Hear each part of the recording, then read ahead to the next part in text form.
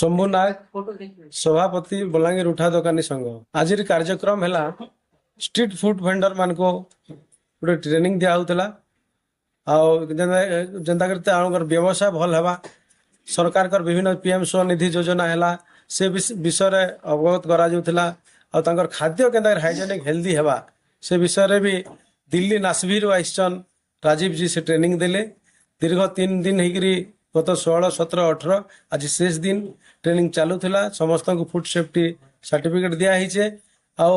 बलांगीर शहर के गोटे सुंदरता के भी सहभागिता है इस संघ जे निजर होटल आम स्ट्रीट फूड सेंटर मान के माने हाइजेनिक के रखबा पचड़ा ठीक से व्यवस्थित आकार रखबा से ऊपर भी ट्रेनिंग दिखाई बहुत सफल है से निजर व्यवसाय के व्यवस्थित हो पारबा जे लोक को भल व्यवहार देकरी भल खाद्य देले निश्चित भाव से सफल हे ये माने सचेतन कराई सफा सुतरा उपरे भी कहुई से जेन कचड़ा बाहर कचड़ा गाड़ी रे दिया जिबा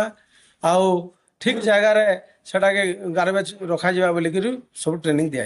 इन आमको 250 लोक ट्रेनिंग दिया आउ 100 जन को जनवरी मासे दिया जिबा।